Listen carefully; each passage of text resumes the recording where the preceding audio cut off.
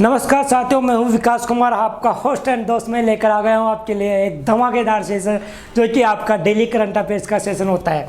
साथियों, इस सेशन को पढ़ने का उद्देश्य आप तो जान चुके होंगे। इतने दिनों से मैं आपके साथ जुड़ा हुआ हूं और आप इस सेशन का महत्व भी समझ चुके होंगे। ठीक है, एक सेकेंड, मेरा वीडियो चल गया। ठीक है, इस सेशन का आप मतलब जान गए होंगे और साथ ही साथ आप समझ भी गए होंगे कि ये कितना इंपॉर्टेंट सेशन है आने वाले सभी एग्जाम के लिए।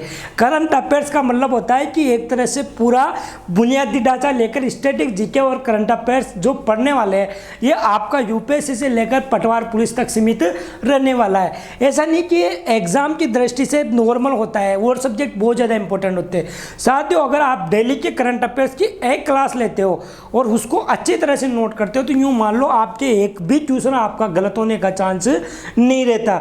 बिल्कुल एक तरह से आपको इस तरह से रिवीजन हो रहा है कि जैसे अंगुलियों में करंट अफेयर्स आपकी नाचने वाली है। तो इस सेशन का आप आज स्टार्ट करने वाले हैं। इसके पहले आप सभी मंत्रिमंडली को सेशन को शेयर कर दीजिएगा, जिसमें कि अपन सोशल मीडिया की बात करें तो व्हाट्सअप, फेसबुक, टेलीग्राम और इंस्टाग्राम में आप लिंक शेयर कर दे सकते हो और सभी साथियों को ग्रुप और टेलीग्राम के ब्रॉडकास्ट माध्यम से आप क्या कर सकते हो, शेयर कर सकते हो। तो चले साथियों और बात करते हैं आज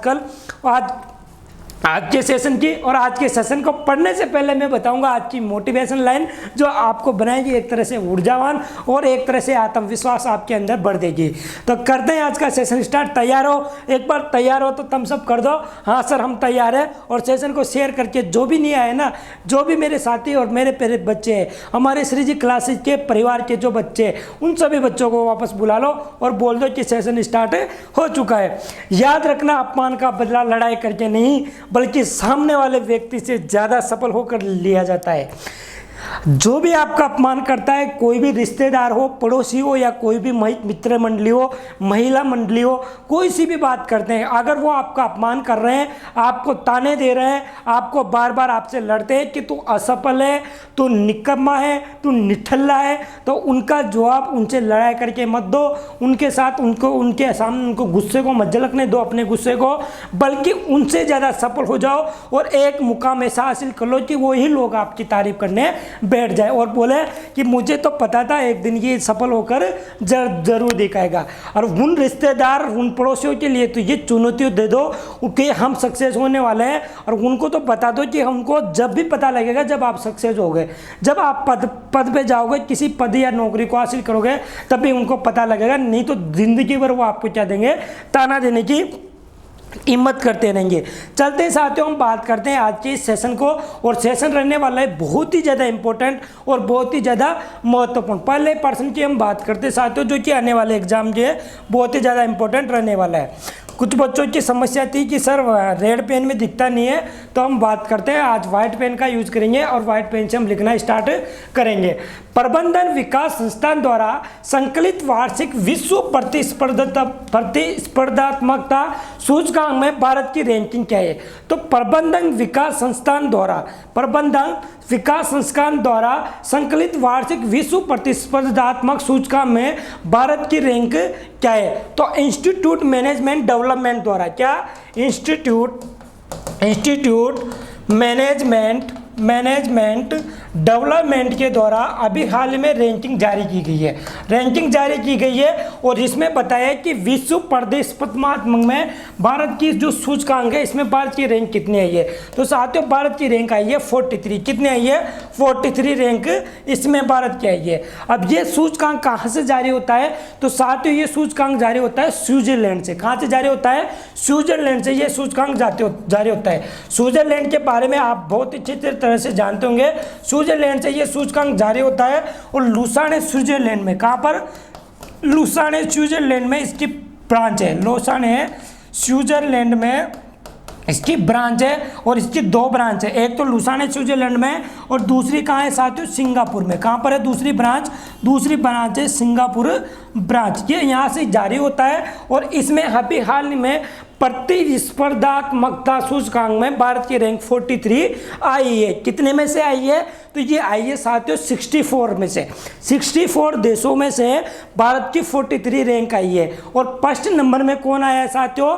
तो फर्स्ट नंबर में भी स्विट्जरलैंड आया है। कौन आया है? टॉप की बात करते हैं तो इसमें भी कौन है, स्विट्जरलैंड इसमें टॉप आया है।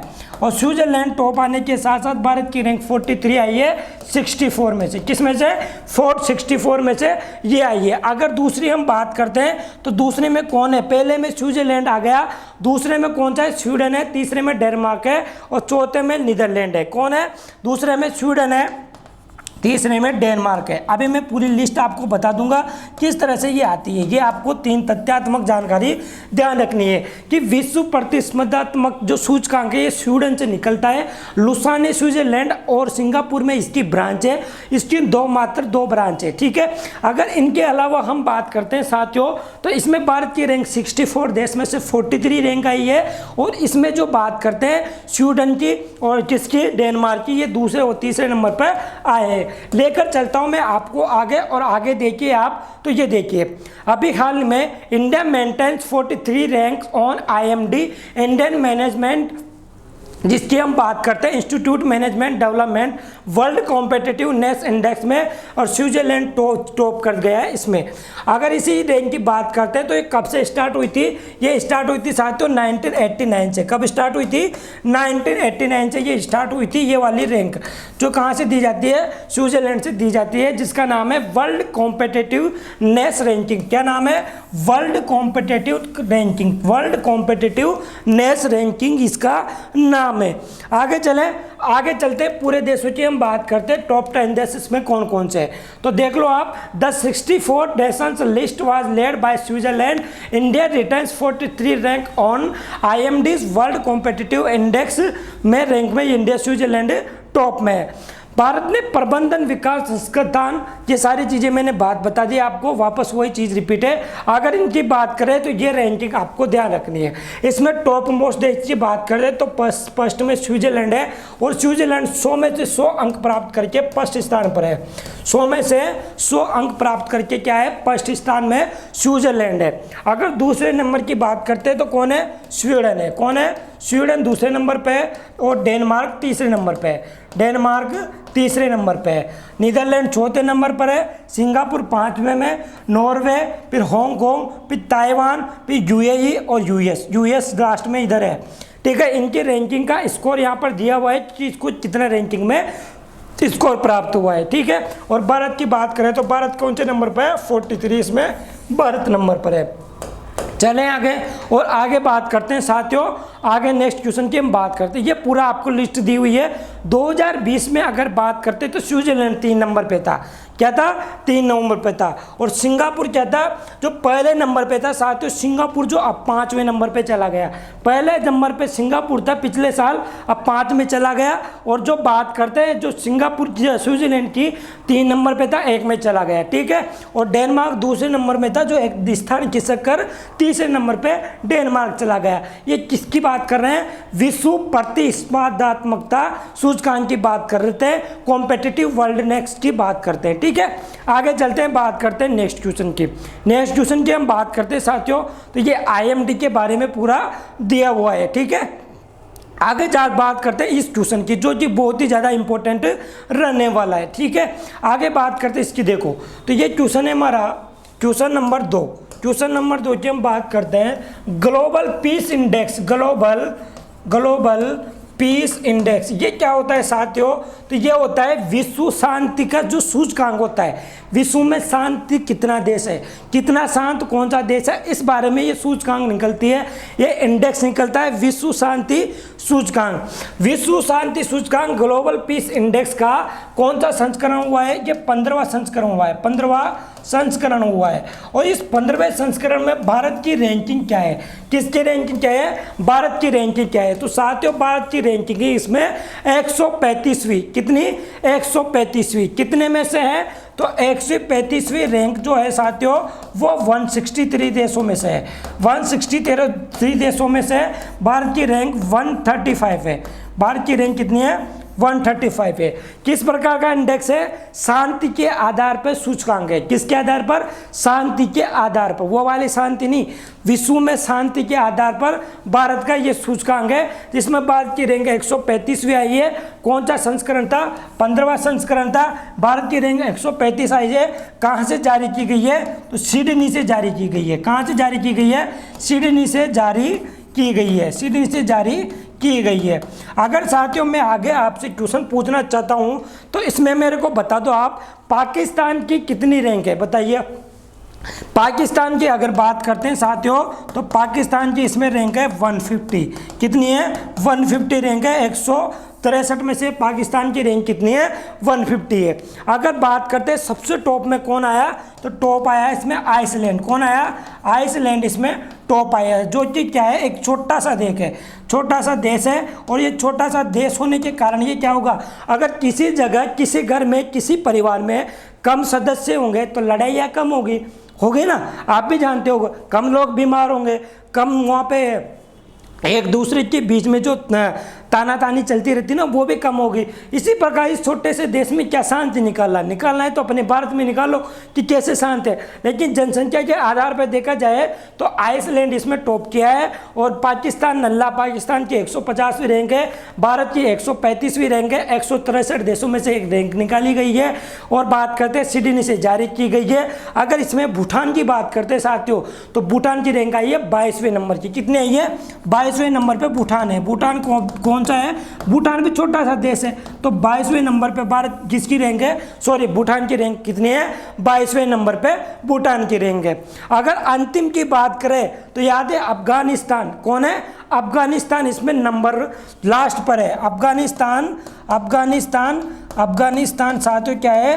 लास्ट में, मतलब अंतिम है। अंतिम की बात करते हैं तो इसमें बिल्कुल शांति नहीं है, बिल्कुल अशांत देश है अफगानिस्तान। ये आपको ध्यान रखना है, ये नल्ला भी ध्यान रखना है। भारत की रैंक मैंने आपको बता दी, सिडनी से जारी होती है, भूटान की 22 है और टॉप पे कौन है? टॉप पे आइसलैंड। ये सारे तथ्य आपको ध्यान रखने और नोट कर लेना है। आगे बात करें और आगे बात करते तो मुझे इन क्वेश्चंस का जवाब दे दो। वैश्विक भूख सूचकांक में भारत का स्थान क्या है? वैश्विक भूख सूचकांक में भारत का स्थान क्या है साथियों? वैश्विक भूख सूचकांक में भारत का स्थान क्या है? ग्लोबल पावर इंडेक्स में भारत का स्थान क्या है? ग्लोबल पावर इंडेक्स क्या होती है? ग्लोबल पावर इंडेक्स होती है साथियों कि हम जो बात करते हैं, सेनाओं की बात करते हैं ना, इस सेनाओं में कौन सी सेना, कौन से देश की सेना ज़्यादा मजबूत है, ये होता है global power index.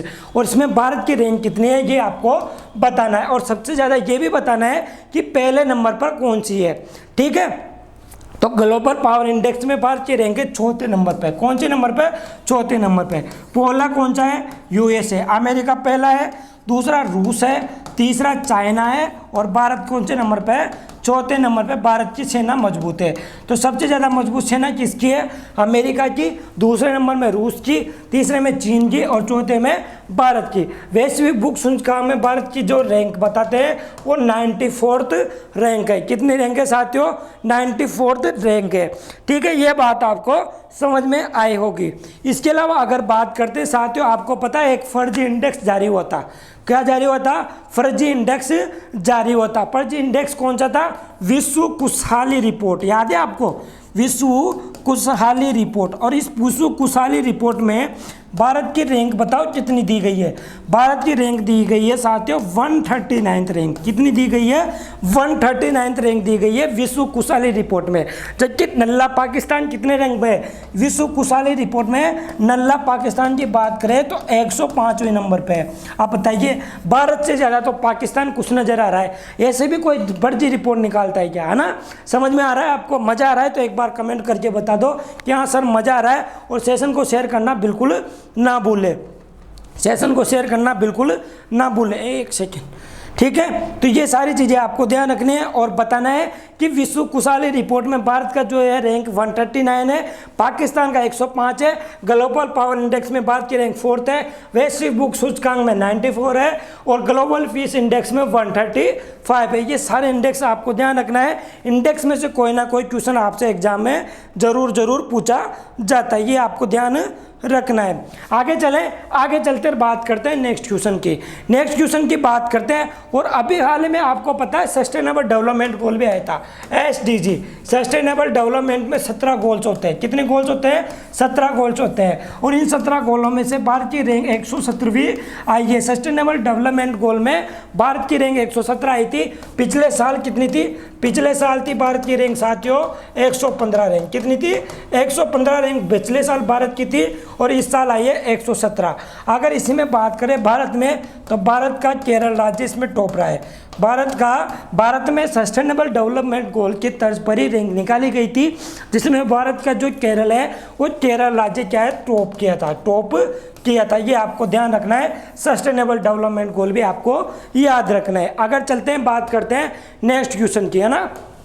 Next question की बात करते हैं और ध्यान रखना है नेक्स्ट क्वेश्चन क्या है। ये सारी चीज़ें आपको ध्यान रखनी है। ग्लोबल पीस इंडेक्स के माध्यम से ये देख लिया, the world's most and least peaceful countries की बात हमने कर ली है। ये पूरा आपको यहाँ पर PDF में उपलब्ध हो जाएगा। ग्लोबल पीस इंडेक्स के बारे में मैंने आपसे अच्छे से बात कर ली है। चलते हैं, ये पूरा इंडेक्स है टॉप पीसफुल कंट्रीज की हमने बात कर ली। आइसलैंड टॉप पर है, दूसरे नंबर पर न्यूजीलैंड है, तीसरे में डेनमार्क है, 4 में पुर्तगाल है, स्लोवेनिया जो 5वें नंबर पे है, ऑस्ट्रेलिया जो 6वें नंबर पे है, 7वें नंबर पे स्विट्जरलैंड है, आयरलैंड 8वें नंबर पे है और चेक रिपब्लिक 9वें नंबर पे, कनाडा नंबर 3 पर है ना। ये सारी चीज़ें आपको ध्यान रखनी है। आगे चलें, बात करते हैं नेक्स्ट क्वेश्चन की। नेक्स्ट क्वेश्चन है साथियों, स्मृति अध्ययन के लिए किस IIT ने देश का पहला भारतीय नेटवर्क लॉन्च किया है? तो स्मृति अध्ययन मतलब मेमोरी स्टडीज। क्या? मेमोरी स्टडीज के आधार पर अभी हाल ही में किस IIT ने देश का पहला भारतीय नेटवर्क लॉन्च किया है? और पहला भारतीय लॉन्च किया है नेटवर्क, ये एशिया का पहला नेटवर्क लॉन्च हुआ है, जिसमें क्या होगा कि इसमें स्मृति का अध्ययन किया जाएगा, बुद्धिमत्ता का अध्ययन किया जाएगा, स्मृति का अध्ययन किया जाएगा। स्मृति जानते हो आप, मेमोरी का इसमें अध्ययन किया जाएगा। और ये लॉन्च किया है साथियों IIT मद्रास ने। किसने किया है? IIT मद्रास ने ये लॉन्च किया है। IIT मद्रास ने ये लॉन्च किया है, जिसकी स्थापना 1959 को हुई थी, IIT मद्रास की स्थापना। तो स्मृति अध्ययन के लिए IIT मद्रास ने पहला भारतीय नेटवर्क लॉन्च कर दिया है। ये पूरी तथ्यात्मक जानकारी है जो आपको एक तरह से ध्यान रखनी है। आगे अगर इसी में मैं बात करूं, अभी हाल में कुछ IIT के द्वारा कुछ जारी की गई थी, कुछ रिसर्च ऐसे की गए थे जिनके बारे में आपसे मैं पूछना चाहता हूँ। हाँ, जब भी IIT की बात आती है मैं आपके सामने क्वेश्चंस लेकर आता हूँ। अगर आपको अच्छा लग रहा है तो धमाकेदार सेशन शेयर कर दो और एक बार बता दो कि हाँ सर मज़ा आ रहा है और पढ़ने में कोई दिक्कत नहीं आ रही, और साथ के साथ नोट करते जा रहे हैं। तो देखो IIT मंडी ने क्या किया था साथियों, बताइए। IIT मंडी ने क्या किया था? आपको पता है IIT मंडी ने कोरोना का जो प्रोटीन है, प्रोटीन का नाम क्या था? NSP1। ये क्या किया था? IIT मंडी के द्वारा, विशेषज्ञ के द्वारा अलग किया गया था। IIT मद्रास के द्वारा जो 3D प्रिंटेड हाउस थे, IIT मद्रास ने जो 3D प्रिंटेड हाउस थे, इनको कुछ घंटों या मिनटों में जारी कर दिया था। अरे यार ये क्या हो गया, एक सेकेंड साथियों, इसको मैं मिटा देता हूँ। और क्या बात करते हैं, IIT मद्रास के द्वारा 3D प्रिंटेड हाउसेज को क्या किया था? दिखाया गया था निर्मला सीतारमण जी को। IIT गुवाहाटी की हम बात करते हैं, जिनके बारे में हमने अच्छी तरह से पढ़ा था। IIT गुवाहाटी ने एक स्मार्ट विंडो बनाई थी। स्मार्ट विंडो क्यों बनाई थी? कि जो धूप वगैरह होती है ना, इनको रोकने के लिए, उसी के साथ क्या होता है, टेम्परेचर चेंज हो जाएगा। IIT गुवाहाटी की बात कर ली। IIT रोपड़ ने भी कुछ बनाया था साथियों, याद करो। IIT रोपड़ ने भी कुछ बनाया था, ध्यान से याद करो और मुझे बताओ कि IIT रोपड़ ने क्या किया था। IIT रोपड़ ने किया था जो कोल्ड स्टोरेज का मामला था ना, पेन ड्राइव। IIT रोपड़ ने कोल्ड स्टोरेज वाले जो चीज़ होती है उसके लिए पेन ड्राइव बनाया था। कोल्ड स्टोरेज के लिए क्या बनाया था? पेन ड्राइव बनाया था। पेन ड्राइव बनाया था। ये सारी चीज़ें आपको ध्यान रखनी है। IIT रोपड़ की बात होगी, गुवाहाटी की बात होगी, मद्रास की बात होगी और IIT मंडी तो बिल्कुल आपको ध्यान रखना है। और स्मृति अध्ययन के लिए किस IIT ने पहला भारतीय नेटवर्क लॉन्च किया है? तो ये IIT मद्रास ने लॉन्च किया है। किसने लॉन्च किया है? IIT मद्रास ने ये लॉन्च किया है। आगे चलते हैं तो देख लो आप, पूरी PDF आपको उपलब्ध हो जाएगी।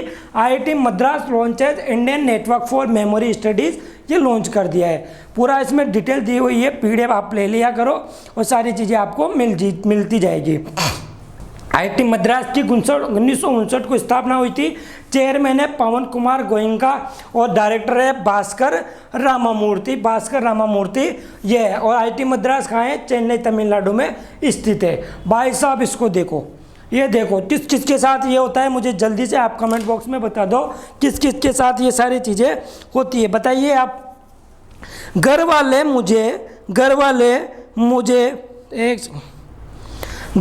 मुझे सुबह सुबह ऐसे उठाते हैं जैसे तीसरा विश्व युद्ध शुरू हो गया हो और मैं ही आखिरी सैनिक बचा हो। किस किस के साथ ये होता है कि घर वाले उनको क्या करते हैं? उठाते हैं और बोलते हैं कि उठ जा भाई, उठ जा, और जैसे बोलते हैं एकदम से डरा करके कि जैसे तीसरा विश्व युद्ध स्टार्ट होने वाला है और मैं ही आखिरी सैनिक बचा हूँ। तो भाई साहब इस रसगुल्ले को देखो, ये रसगुल्ला बेचारा बहुत ही प्यार से सो रहा था, चैन की नींद सो रहा था, लेकिन जैसे इसकी मम्मी आई बेलन लेके इसको क्या करने लगी? चाटा मारने लगी। क्या करने लगी?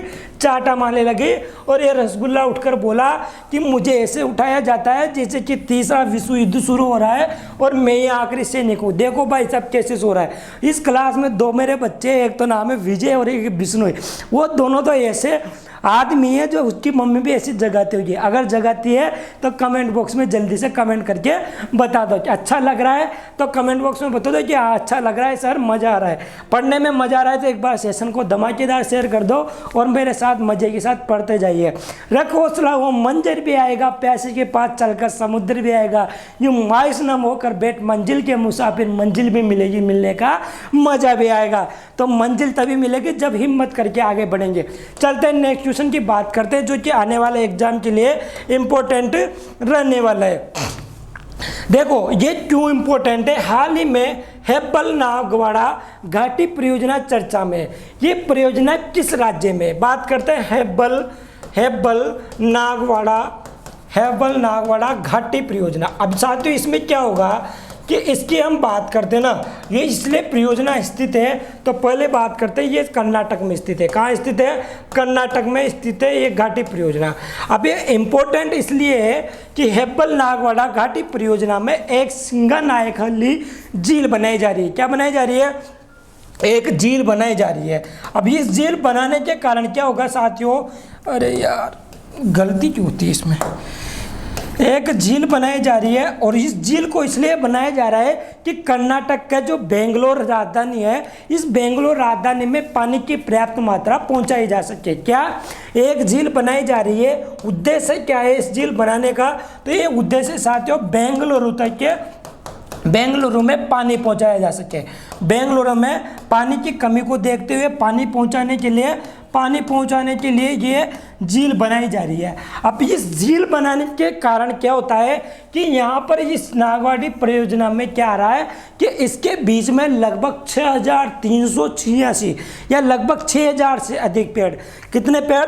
6000 से अधिक पेड़ इस परियोजना में आड़े आ रहे हैं, मतलब इनके बीच में आ रहे हैं। 6000 से अधिक पेड़ इसके बीच में आ रहे हैं और ये अधिक पेड़ इसके बीच में आ रहे हैं, तो इन पेड़ों को काटा जाएगा। क्या काटा जाएगा? इन पेड़ों को काटा जाएगा। अब इन पेड़ों को काटा जाएगा साथियों, तो इन पेड़ों को काटा जाएगा, तो इसको रोकने के लिए जो पर्यावरण से संबंधित लोग हैं वो इसका विरोध कर रहे हैं। पर्यावरण से संबंधित लोग क्या कर रहे हैं? विरोध कर रहे हैं। किनका विरोध कर रहे हैं? जो ये झील बनाई जा रही है हेब्बल नागवाड़ा घाटी परियोजना में, जो कि कर्नाटक राज्य स्थित है।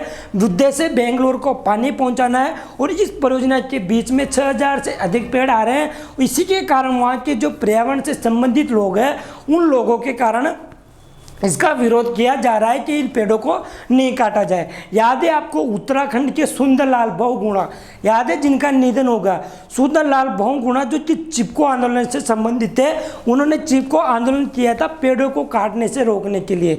याद है पूरा बताया था मैंने, वो डैम था ना उत्तराखंड का भागीरथी नदी पर, उसका विरोध किया था। और वैसे ही इसका विरोध हो रहा है हेब्बल नागवाड़ा घाटी परियोजना। ठीक है, कौन सी झील की बात कर रहे हैं अपन, तो सिग्गा नाइकी हल्ली, क्या नाम है झील का नाम, सिग्गा नाइक हल्ली झील, सिग्गा नाइक हल्ली झील, ये झील इसमें बनेगी। इस झील के बीच में आ रहे हैं साथियों 6000 पेड़, कितनी, सिग्गा नायक हल्ली झील, इस बीच में ये आ रहा है। और इसी के कारण क्या हो रहा है, तमिलनाडु और कर्नाटक का विवाद भी बना हुआ है। किस किस का, तमिलनाडु और कर्नाटक का इसमें विवाद भी बना हुआ है साथियों।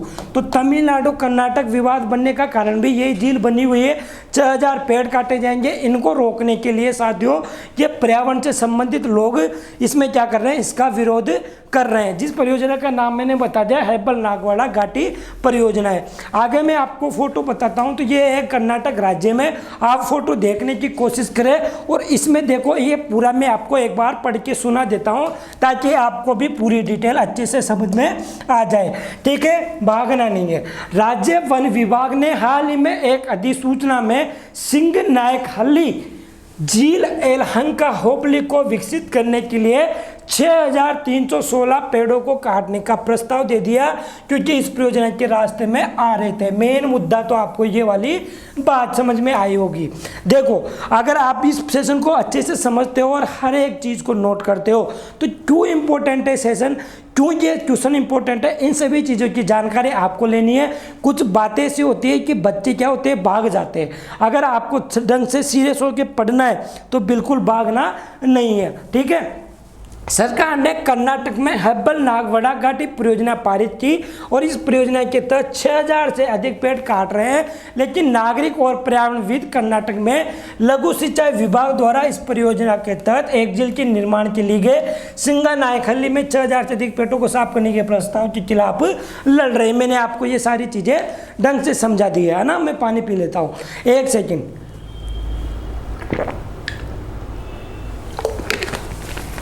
तो ये सारी चीज़ें आपको समझ में आई होगी। आगे चलते हैं, बात करते हैं इसी में। तो ये पूरी डिटेल आपको समझ में आ गई होगी। कर्नाटक की हम बात करते हैं साथियों, तो कर्नाटक की आपको ध्यान रखना है, राजधानी है बेंगलुरु। क्या नाम है, राजधानी है बेंगलुरु। राज्यपाल वजुभाई वाला है। BS येदियुरप्पा क्या है, यहाँ के CM है। वजुभाई वाला राज्यपाल है और BS येदियुरप्पा यहाँ के CM है। लोकसभा, राज्यसभा और विधानसभा, लोकसभा, राज्यसभा, विधानसभा 28/12/224। क्या 28/12/224 की आपको ध्यान रखना है। 28/12/224 सरला, याद है सरला, संसद, राज्यसभा, लोकसभा। मुझे ये बता दीजिए कौन से आर्टिकल में सरला, जो कि आपने एक ट्रिक पढ़ी थी और एक ट्रिक पढ़ी थी विधानसभा, विधान परिषद के लिए 169 और 170 आर्टिकल के माध्यम से आपको बताया था मैंने। पश्चिम बंगाल में जो बात करते हैं विधान परिषद की मांग उठी थी और कैबिनेट ने मंजूरी दे दी थी। तू भी मजा कर, ये वाले ट्रिक याद है तो कमेंट बॉक्स में मेरे को पूरे आंसर दे दो। अगर यहाँ के राष्ट्रीय उद्यान की बात करते हैं तो बांदीपुर, बन्नरघट्टा, नागरहोल। क्या नाम है, बांदीपुर, बन्नरघट्टा, नागरहोल। जैसे याद रखना बिल्कुल। 28/12/224 याद है आपको। लोकसभा, राज्यसभा, विधानसभा 28/12/224। बन्नरघट्टा, नागरहोल और नागरहोल, बन्नरघट्टा और बांदीपुर यहाँ के प्रमुख नेशनल पार्क है। ये सारी चीज़ की बात कर ली अपन ने, कर्नाटक की बात कर ली। ये हेब्बल नागवाड़ा वैली प्रोजेक्ट है, जो 6000 ट्रीज को इसमें काटने की बात हो रही है। लघु सिंचाई वाले हेब्बल नागवाड़ा परियोजना की झील को इसमें क्या कर रहे हैं, रोक रहे हैं। ठीक है, ये सारी चीज़ें आपको ध्यान रखना है। इसमें पूरी PDF आपको समझाई हुई है कैसे इसमें क्या होगा। बिल्कुल, अगर कोई भी निकम्मा आदमी बच्चा नोट नहीं करता तो वो नोट कर लेना, और नहीं भी करता फिर भी तो एक काम करना, मैसेज छोड़ देना और मैसेज छोड़कर टीम से PDF उपलब्ध कर लेना। पूरा मुद्दा, पूरा डिटेल यहाँ पे दी हुई है। UPSC आप क्लियर कर सकते हो अगर आप इसमें पढ़ते हो। ये देखो, एक चीज़ और इम्पोर्टेंट है इसमें, यह झील बेल्लोरी रोड और आउटर रिंग रोड के जंक्शन के पास नेशनल हाईवे 7 पर स्थित है। कहाँ पर स्थित है, नेशनल हाईवे 7 पर स्थित है ये वाली झील। और इन झीलों को लगभग 1537 में, कब साथियों, 1537 में केम्पेगौड़ा ने बनाया था। क्या नाम है, केम्पे गौड़ा ने इन जिलों को बनाया था। अगर ढंग से किसी एग्जाम की तैयारी कर रहे हो तो एक एक चीज आपको ध्यान रखना है। ये 75 हेक्टेयर के क्षेत्र में फैलता है, जिसमें 143 हेक्टेयर तक बढ़ने की योजना है। ये फिलहाल में 75 हेक्टेयर की भूमि है और लगभग 6000 इसमें पेड़ काटे जाते हैं, भूमि बनाए जाते हैं। तो 143 हेक्टेयर भूमि में इसका जो एरिया है वो बढ़ जाएगा। ठीक है, आगे चलते हैं, बात करते हैं। ये सारी चीज़ आपको ध्यान रखनी है। हेबल नागवड़ा वैली यहाँ पर स्थित है, कर्नाटक का मैप आपके सामने लेकर आया हूँ। ये भारत का मैप है और आपको ध्यान रखना है ना। इम्पोर्टेंट क्वेश्चन आ गया भाई साहब, फिर से क्वेश्चन है इम्पोर्टेंट। अभी हाल ही में विश्व व्यापार संगठन में भारत के स्थायी मिशन में काउंसलर के रूप में किसे नियुक्त किया गया है? कि काउंसलर के रूप में किसे नियुक्त किया गया है? तो साथियों, अभी हाल ही में विश्व व्यापार संगठन में भारत के स्थायी मिशन में काउंसलर के रूप में आशीष चांदोलकर को नियुक्त किया गया है। किसे नियुक्त किया गया है? आशीष चांदोलकर को नियुक्त किया गया है। ये शायद ये क्वेश्चन मैंने आपको कल भी पढ़ाया था, वापस रिपीट हो गया, कोई बात नहीं, याद कर लो, रिवीजन कर लो। आशीष चांदोलकर को बनाया गया है WTO की हमने बात की थी, वर्ल्ड ट्रेड ऑर्गेनाइजेशन, जो मराठे संधि के तहत बनाया गया था, मराठे संधि के तहत बनाया गया था। अगर साथियों इसी में हम बात करते हैं तो ये कब बनाया गया था? तो आपको साथियों पता होगा, WTO वर्ल्ड ट्रेड ऑर्गेनाइजेशन जो कि 1995 में बनाया गया था। कब बनाया गया था? 1995 में बनाया गया था। और इसी में अगर हम बात करते हैं साथियों, इसका हेडक्वार्टर कहाँ है? जेनेवा। और भारत की तरफ से स्थायी मिशन काउंसलर के रूप में आशीष चांदोलकर जी को बनाया गया है। डॉक्टर हर्षवर्धन जी अपने क्या है? स्वास्थ्य मंत्री है। नरेंद्र सिंह तोमर जी क्या है? अपने कृषि मंत्री है। ये आपको ध्यान रखना।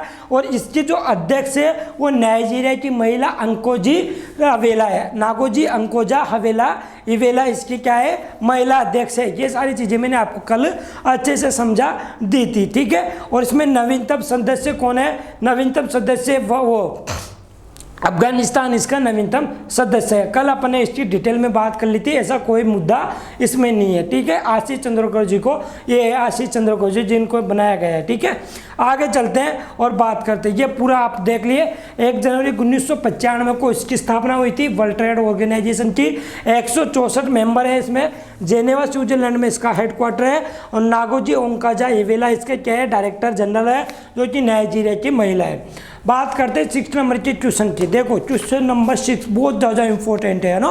United Nation children's emergency fund इसका आंसर हो जाएगा। हाल ही में श्रम और रोजगार मंत्रालय ने भारत में युवाओं के लिए रोजगार के परिणामों में सुधार करने के लिए किसके साथ एक आशय के वक्तव्य पर हस्ताक्षर किए? तो हाल ही में श्रम और रोजगार मंत्रालय ने, देखो ये क्या बात बोली गई है? श्रम एवं रोजगार मंत्रालय के द्वारा युवाओं को रोजगार उपलब्ध कराने के मामले में, युवाओं में रोजगार उपलब्ध हो, रोजगार के परिणाम अच्छे से आए, इसी के तहत अभी हाल में श्रम और रोजगार मंत्रालय और यूनिसेफ किसके साथ? यूनिसेफ के साथ मिलकर क्या किया गया है? हस्ताक्षर किया गया है। उद्देश्य क्या है इसका? उद्देश्य है रोजगार के अच्छे परिणाम लाना है। रोजगार तो उपलब्ध हो नहीं रहा और परिणाम अच्छे लेकर आएंगे, वैकेंसियाँ निकाल नहीं रहे, एग्जाम देने बच्चे जाए तो कहाँ जाए? पढ़ाई भी कर रहे हैं बच्चे, एग्जाम होते नहीं है। एक वैकेंसी पंचवर्षीय योजना बन जाती है। एनटीपीसी का कुछ अता पता नहीं है, जो पता नहीं कब से निकली थी, कब कंप्लीट हो गई। याद है आपको? एग्जाम तो होते नहीं है, बस रोजगार के परिणाम अच्छे करने हैं, योजनाएं लानी है, वो करना है, वो करना है, लेकिन कुछ नहीं होने वाला। एग्जाम की तहत में बच्चे की शादी हो जाती है और कुछ बच्चों के तो बच्चे भी हो जाते हैं। ये सारी चीज़ें आपको पता होगी कि सारी चीज़ें बच्चा क्या होता है? कुछ भी नहीं कर पाता, एक तरह से डिप्रेशन में चल जाता था, एग्जाम टाइम से नहीं होता था। और इसका उद्देश्य क्या रखा गया इन्होंने? रोजगार के परिणामों में सुधार करना। रोजगार के परिणामों में सुधार करना। भाई साहब, परिणामों में सुधार तो तब होगा ना जब आप रोजगार निकालोगे। ठीक है, तो मोदी साहब जी से रिक्वेस्ट है कि वैकेंसी को टाइम पे करवाएं, वैकेंसी टाइम से निकाले, और वैकेंसी टाइम से निकालने के बाद ही वैकेंसी को पूरा कंप्लीट करने की जिम्मेदारी ले। ठीक है, हमारे बच्चे बिल्कुल बहुत ज़्यादा दुखी है। तो यूनिसेफ के साथ मिलकर ये किया है। और यूनिसेफ की अगर मेरे को आपको एक फुल फॉर्म बता दो तो मैं उस लाडले बच्चे को मान जाऊँगा कि यूनिसेफ की फुल फॉर्म क्या है। बताइए। यूनिसेफ होता है साथियों यूनाइटेड नेशन। यूनिसेफ की हम बात करते हैं तो यूनाइटेड नेशंस अरे यार, United Nations international child emergency fund, ये क्या होता है, इसकी फुल फॉर्म होती है। और इसका हेडक्वार्टर कहाँ है, न्यूयॉर्क में इसका हेडक्वार्टर है। कहाँ है साथियों, न्यूयॉर्क में इसका हेडक्वार्टर है यूनिसेफ का। और इसमें रोजगार के परिणामों को सुधार करने के लिए यूनिसेफ के साथ श्रम एवं रोजगार मंत्रालय ने क्या किया है, इसमें भागीदारी ली है। और the minister of labour improvement की हम बात करते हैं तो मिनिस्टर भारत के कौन है, संतोष कुमार गंगवार। क्या नाम है साथियों, संतोष कुमार गंगवार इसके क्या है, मिनिस्टर है। संतोष कुमार गंगवार इसके मिनिस्टर है, इसके भारत के minister of labour and employment के मंत्री है। ये सारी चीज़ें आपको ध्यान रखनी है। अगर क्वेश्चन आपको समझ में आया है तो एक बार कमेंट बॉक्स में कमेंट करके आप बता दीजिए। चलते हैं, बात करते हैं नेक्स्ट क्वेश्चन की। नेक्स्ट क्वेश्चन है साथियों, उससे पहले देखो मैं आपको इस सूचना के बारे में पूरी जानकारी देता हूँ। यह है भैया संतोष कुमार गंगवार, ठीक है। देखो, union labour and employment minister sign statement of intent with UNICEF for empowering youth, ठीक है। Job outcomes will be improved, Gangwar बोला है गंगवार सामने कि job outcome will be improve, मतलब इम्प्रूव होनी चाहिए, लेकिन इम्प्रूव तो तब होगी साथियों जब वैकेंसी टाइम से आएगी, टाइम से होगी। Improving employment of the youth, इसके बारे में ये उद्देश्य बोला है संतोष कुमार गंगवार जी ने, ये उद्देश्य है इनका। ये क्या होता है कि इनमें ये बोला जाता है कि विद्यार्थी अगर बात करते हैं, मैं आपको बताऊं 2011 के सेंसस के अलावा 2011 का जो सेंसस है, सेंसस मतलब जनगणना है, अगर 2011 की जनगणना के आधार पर हम बात करते हैं तो हर 5 आदमियों से, हर 5 आदमियों में एक युवा है। क्या है, हर 5 आदमियों में एक युवा है जो कि 15 साल से 24 साल का युवा है। 15 साल से 24 साल का युवा है। भारत में हर 5वां क्या है, एक व्यक्ति युवा है। यूनिसेफ संयुक्त राष्ट्र यूएन का एक विशेष कार्यक्रम है जो यूनिसेफ की बात करें, United Nation children's emergency fund है।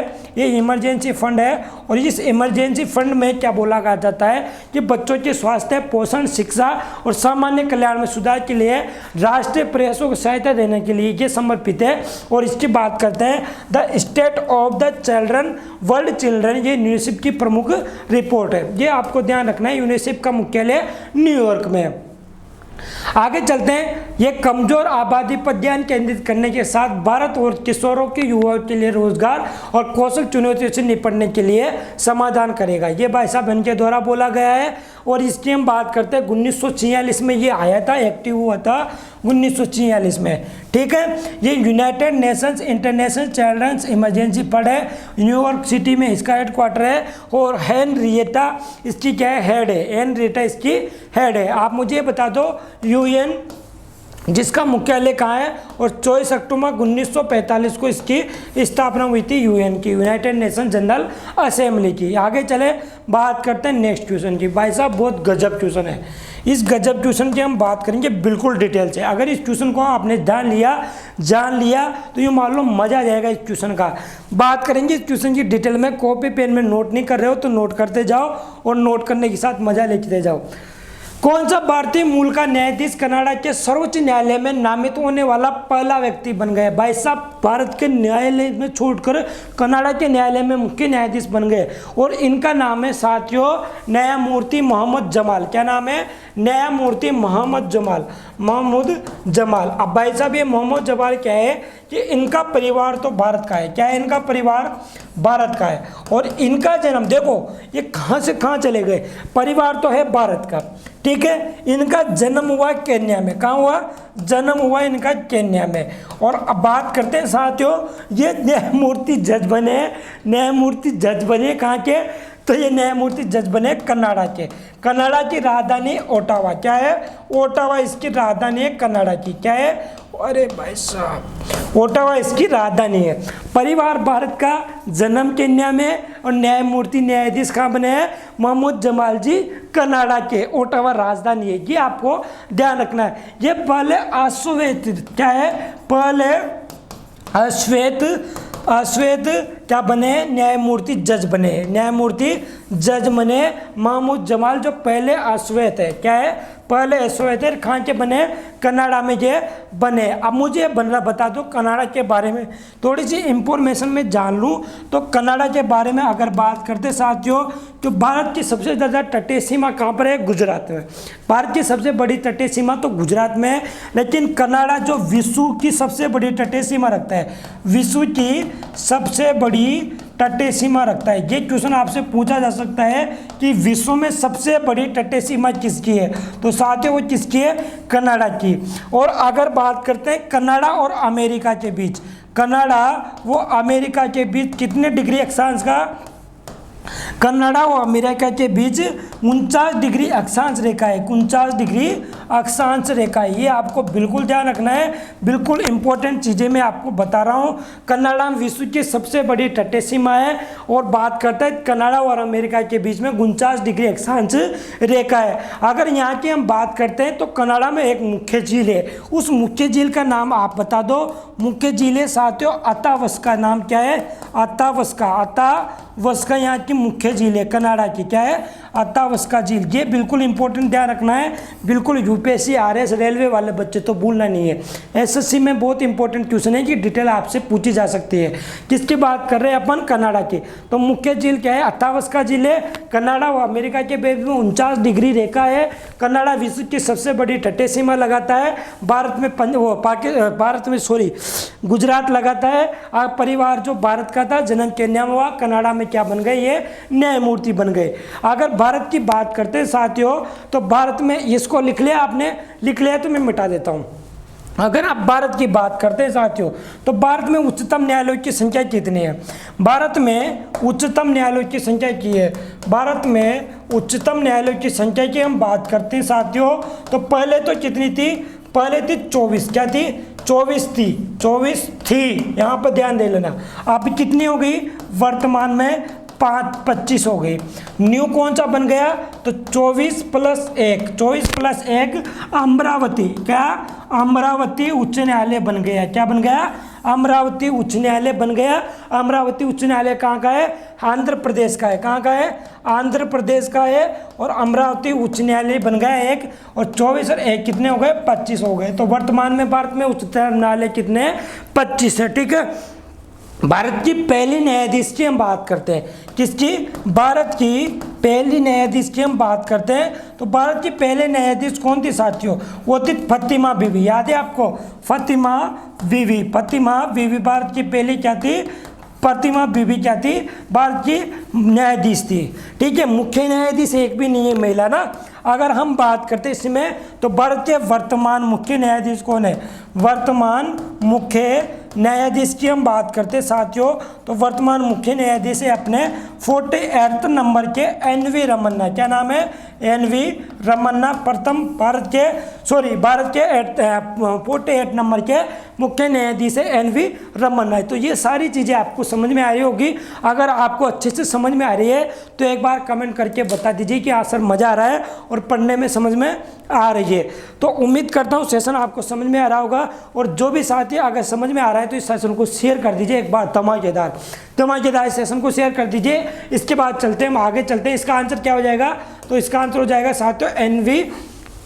महमूद जमाल इसके आंसर हो जाएंगे। कनाडा के अभी हाल में सर्वोच्च न्यायालय में नामित की गई है।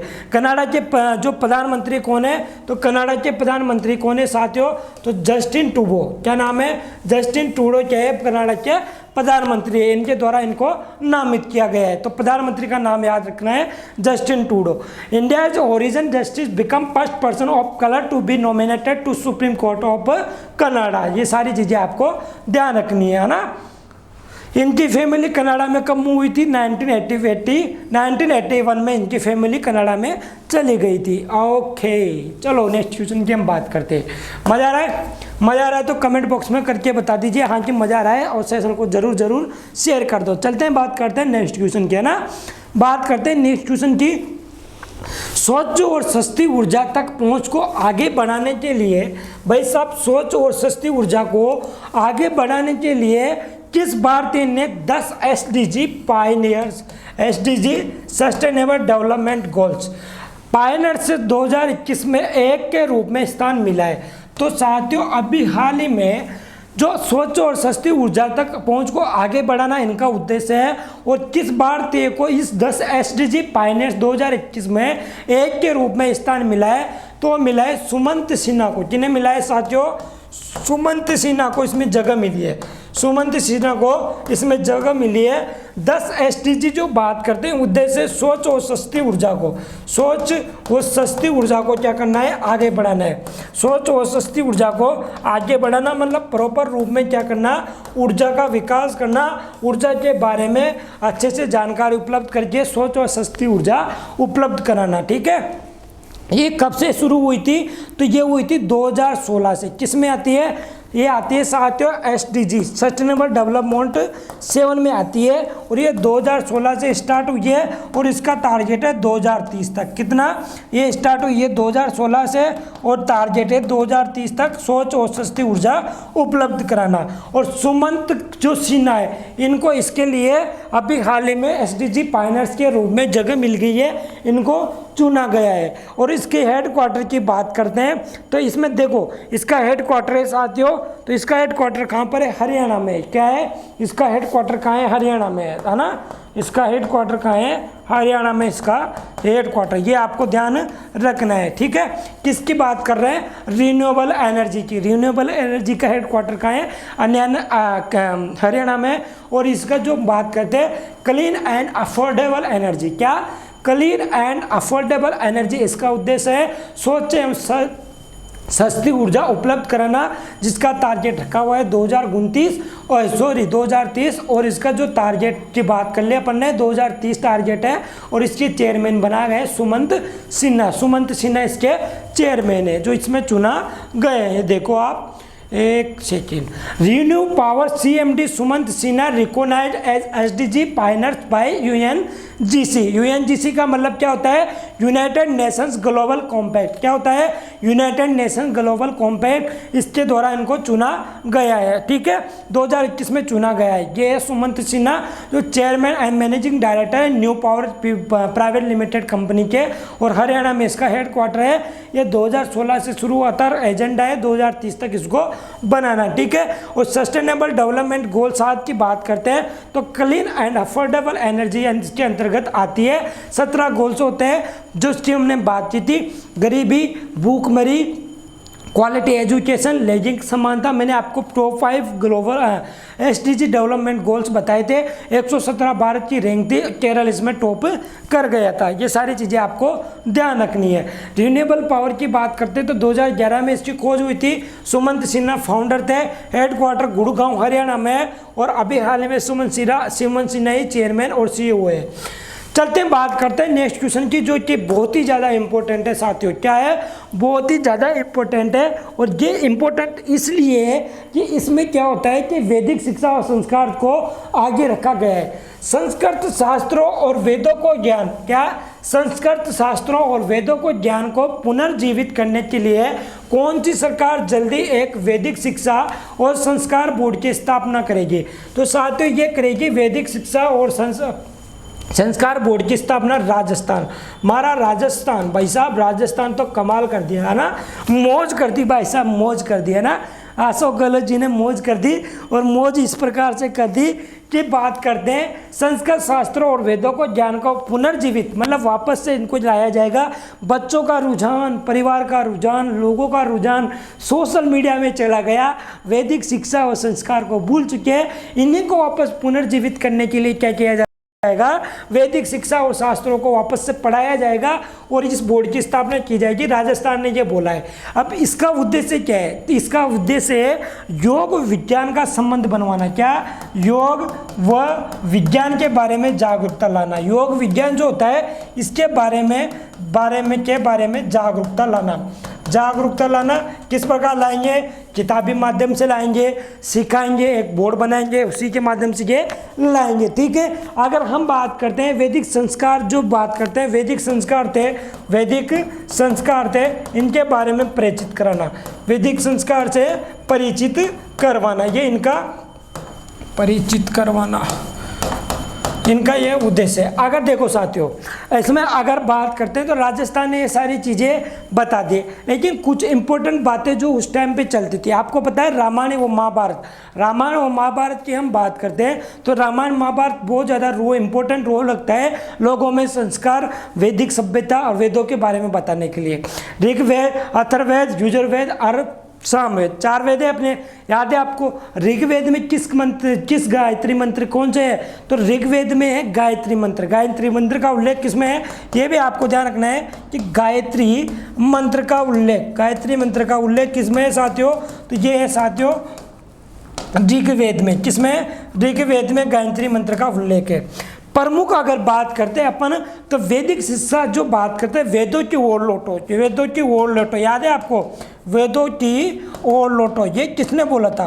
और लौटो, ये बोला था साथियों स्वामी दयानंद सरस्वती ने। स्वामी दयानंद सरस्वती ने बोला था कि वेदों की ओर लौटो। अगर स्वामी दयानंद सरस्वती की बात करते तो इनकी एक पुस्तक और थी, याद है आपको? सत्यार्थ प्रकाश। याद है? बहुत ही ज़्यादा एसएससी और रेलवे में पूछा जाने वाला क्वेश्चन है, बिल्कुल नोट कर लेना। सत्यार्थ प्रकाश, और सत्यार्थ प्रकाश किनकी बुक है थी? स्वामी दयानंद सरस्वती की पुस्तक थी। स्वामी दयानंद सरस्वती की यह पुस्तक है, ठीक है। वेदों की ओर लौटो और सत्यार्थ प्रकाश स्वामी दयानंद सरस्वती की यह बैठक है। अगर बात करते हैं साथियों कि अभी हाल ही में जो आपको पता है अयोध्या में राम मंदिर बनना है, और राम मंदिर के बारे में अगर चर्चा करें तो रामायण आपको सब जानते होंगे, महाभारत भी आप सब जानते होंगे। तो रामायण के जो बात करते हैं, रामायण संग्रहालय बनाया गया है। और ये रामायण संग्रहालय कहाँ बनाया गया है? मिटा देता हूँ इनको ना। देखो रामायण संग्रहालय कहाँ बनाया गया है? तो रामायण संग्रहालय बनाया गया है साथियों बाराबांकी में।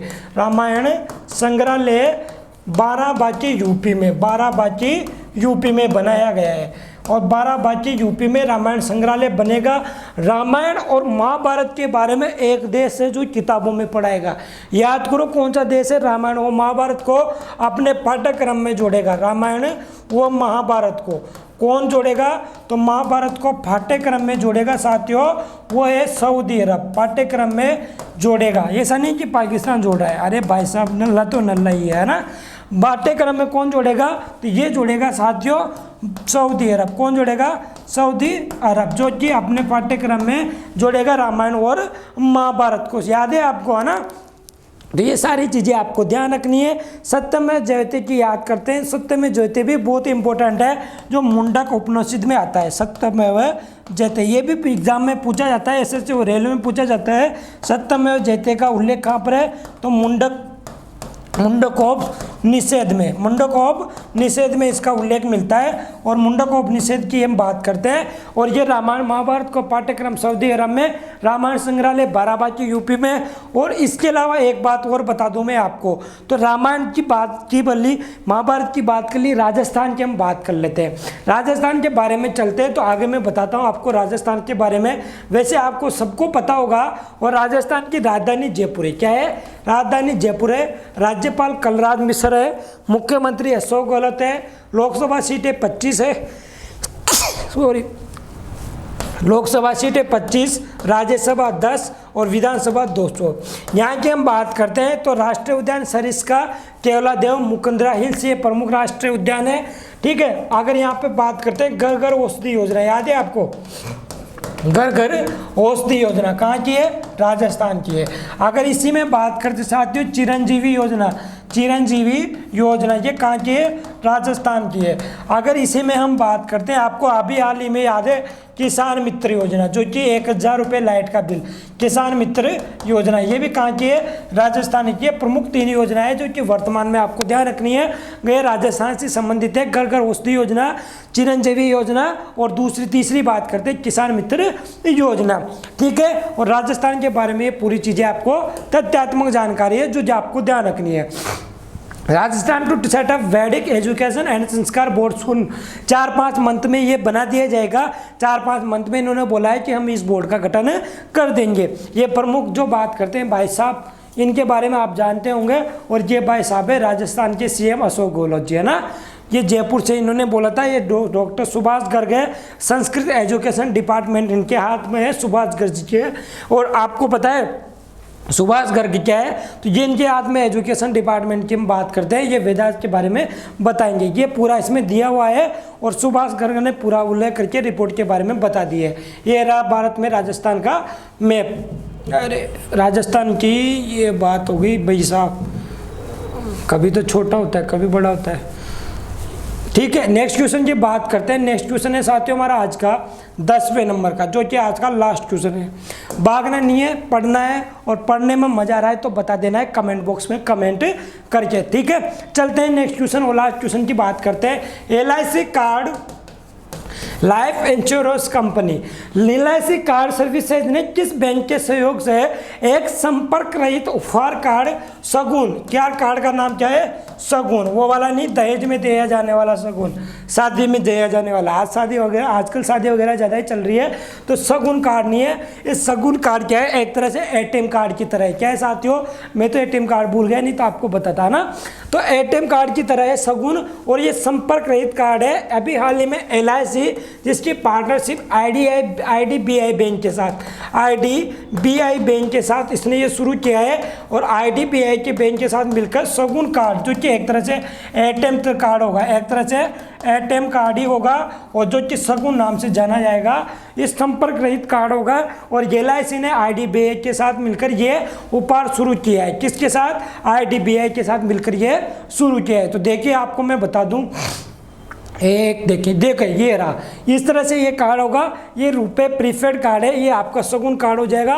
ये IDBI के साथ मिलकर ये पूरा LIC ने मिलकर ये शुरुआत की गई है। इसमें आपको किसी प्रकार का लोन लेना हो तो ये भी इसमें उपलब्ध हो जाएगा। LIC CSS IDBI bank launch रुपए प्रीपेड गिफ्ट कार्ड सगुन, ये लॉन्च कर दिया गया है। ठीक है, ये सारी चीज़ें आपको ध्यान रखनी है, सगुन। ठीक है, हो गया, समझ में आ गया, ये गिफ्ट कार्ड है, ये पूरी चीज़ आपको ध्यान रखनी है। इस कार्ड के बारे में इसमें डिटेल दी हुई है। ये इसकी बात करते हैं IDBI बैंक की, तो ये 1 जुलाई 1964 में इसकी स्थापना हुई थी। 1 जुलाई 1964 में इसकी स्थापना हुई थी IDBI बैंक की, और ये गवर्नमेंट बॉडी है, मुंबई महाराष्ट्र में इसका हेडक्वार्टर है। हेडक्वार्टर कहाँ है, मुंबई महाराष्ट्र में है। MR कुमार इसकी क्या है, अध्यक्ष है। MR कुमार इसकी क्या है, की पीपल है। एक सेकंड ऊपर लेते हैं इसके MD एंड CEO की बात करते हैं, तो MR कुमार तो इसके चेयरमैन हो गए, और MD एंड CEO हो गए साथियों राकेश शर्मा। MR कुमार तो क्या हो गए, चेयरमैन, ये आपको ध्यान रखना है। और राकेश कुमार क्या हो गए, Rakesh Sharma MD and CEO हो चुके हैं। ये आपको तथ्यात्मक जानकारी है, कॉपी में लिख लेना है IDBI बैंक के बारे में, और सगुन इन्होंने लॉन्च कर दिया है। तो प्यारा सा थैंक यू, अभी नहीं जाना ना, अभी पूरी बात सुनना। देखो कमेंट बॉक्स में आप आंसर देते हो, आंसर देने के बाद अपने आप को संतुष्ट करते हो। कुछ बच्चे सेशन को देखते भी है लेकिन उनको याद होते हुए कमेंट बॉक्स में जवाब नहीं देते। उन बच्चों से स्पेशल रिक्वेस्ट है कि आप आंसर देने की कोशिश करें, यदि आपको पता है, चाहे वो गलत निकले या सही निकले, लेकिन आपका कॉन्फिडेंस हाई होना चाहिए। अगर आप बिना कॉन्फिडेंस क्लास देख रहे हो तो आपका कॉन्फिडेंस डगमगा जाएगा और एग्जाम में भी आप कन्फ्यूज हो जाओगे। लेकिन ट्यूशन आपका क्लास में गलत होता है तो इसका मतलब है कि आप एग्जाम में सही कर दोगे, क्योंकि आपको याद आ जाएगी कि मैंने ये गलती की थी और इस गलती को मैं दोबारा दोहराना नहीं चाहता। अभी हमारे वर्तमान जीवन में हम कोई गलतियां कर देते हैं तो उन गलतियों के वापस मुझसे मुड़ने की हमारी हिम्मत नहीं होती कि उन गलतियों को हम वापस करें। इसी प्रकार एग्जाम में ऑप्शंस आते हैं, ऑप्शंस क्या करते हैं, आदमी को कंफ्यूज कर देते हैं। उन कंफ्यूजन से बचने के लिए अभी गलतियां करो लेकिन एग्जाम में गलतियां नहीं करनी है ना। तो जितना भी आंसर आपको आता है, जो भी नॉलेज आपको पता है, आंसर देने की कोशिश करें। ऐसा नहीं कि आपके लिए कोई भी कुछ गलत बोल देगा, ऐसा कुछ भी नहीं है। बस आपको अपनी तैयारी में ध्यान देना है और आगे बढ़ते रहना है, पढ़ते रहना है। ठीक है साथियों, इसी के साथ हम सेशन को आज खत्म करेंगे। धन्यवाद, love you all, thank you, bye bye.